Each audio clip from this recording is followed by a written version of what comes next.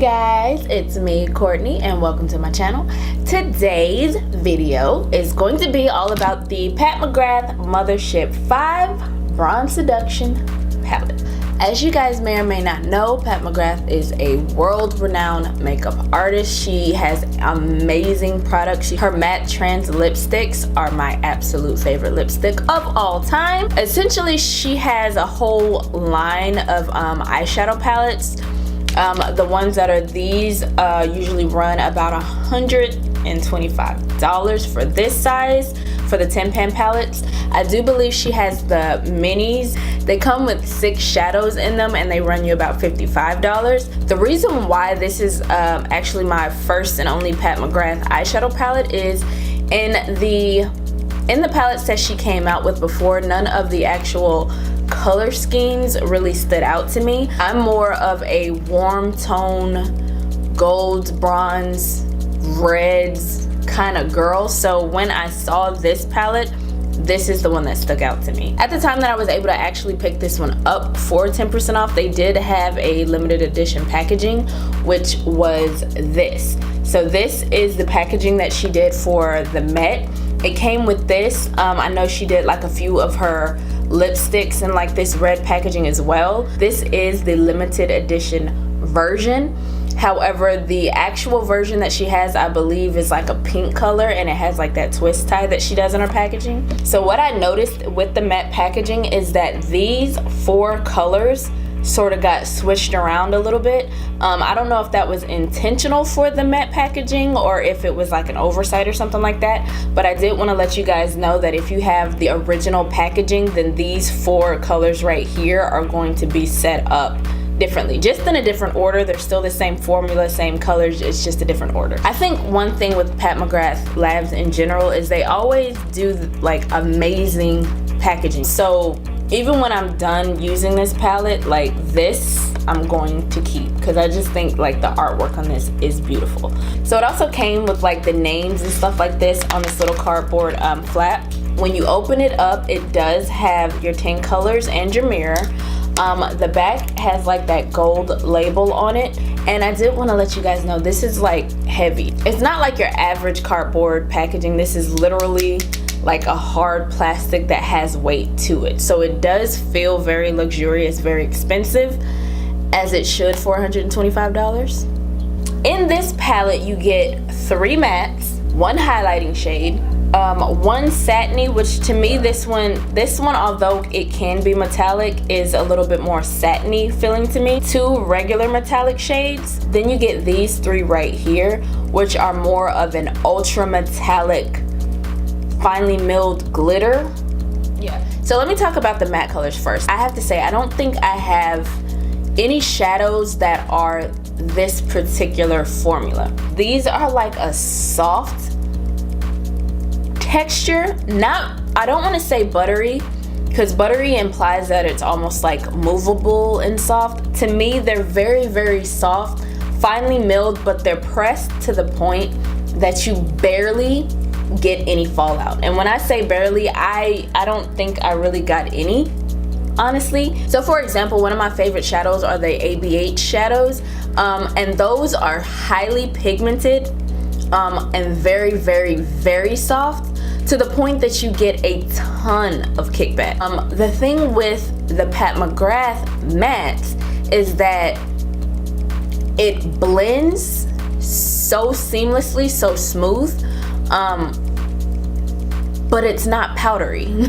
They're super easy to blend. I don't think I've had something that I could just kind of put on and just move around a little bit and it moves the way that you want it to. So I really, really, really enjoy the mattes in this palette. Another thing I'm going to mention to you guys is, even though these colors look a little bit more warm tone online and possibly even right here on my skin tone, these colors show up a little bit more cool to neutral, which I don't have a problem with. I think I was just thinking it was going to look, I don't know, I guess I'm used to like a orangey brown base, and that's not necessarily what these are. They still look absolutely beautiful, but yeah, just disclaimer there too. As for the metallic shades and the shimmer shades, which right now I'm just referring to this highlighter shade and then these two, so I do get a little bit of fallout from these three. Not crazy at all. I'm still very, very happy with it, especially considering that this palette is so expensive. I like the fact that I'm not wasting product because it's not falling out. Does that make sense? So they're still very soft. They are a little bit more buttery than the matte shades, but still not like the ABH shadows where you press into them and they sort of move around a little bit. In all honesty, I probably am not gonna get a lot of use out of this color, which is Guilty Pleasure. I won't get a lot of use out of that one, only because, like I said before, I like more, I guess, bronzy leaning gold shades, orange golds, yellow golds, that kind of thing, where this color is a little bit more taupey almost, which I don't mind, but just in general they're not my favorite. I will use it, but it just won't get as much use as the rest of the palette. This shade right here, although can be a metallic, this one to me is more of a satiny kind of feel. It is super duper pigmented. However, I think this color depends on what brush you're using. If you do want to go in with your finger, you can to get pigment, but if you have nails and you're trying to get in those corners, it becomes a little bit difficult. My suggestion is to use either a mixing medium or use your Fix Plus. Yeah.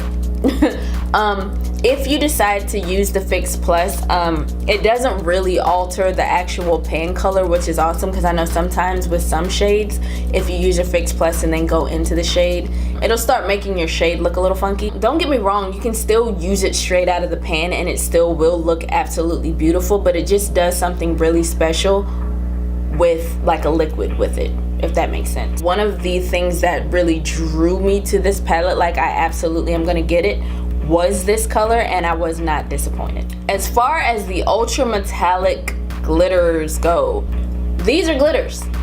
They're glitters. They're very soft glitters. They're finely milled to the point that you do not feel them on your eye. It's very comfortable on your eye. But I want to reiterate that they're glitter. It's a beautiful glitter, but it's a glitter.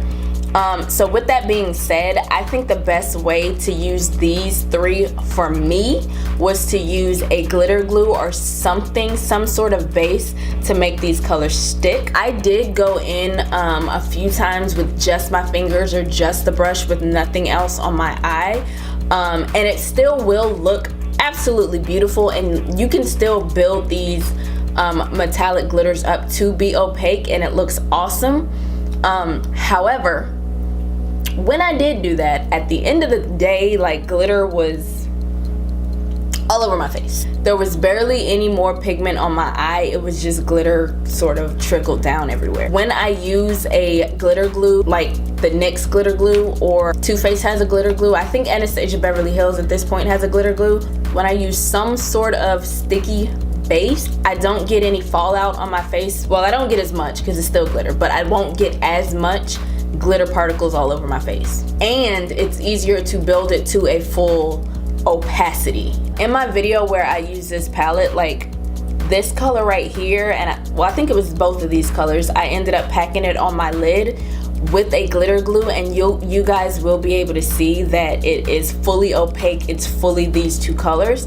The glitter glue just helps it along so much better. When you do use a glitter glue or some sort of base to them, these are absolutely stunning. All the fallout that you see on the palette is actually these glittery shades, which I'm not mad at. Again, it's glitter. I honestly don't think I have anything in my collection that is this palette.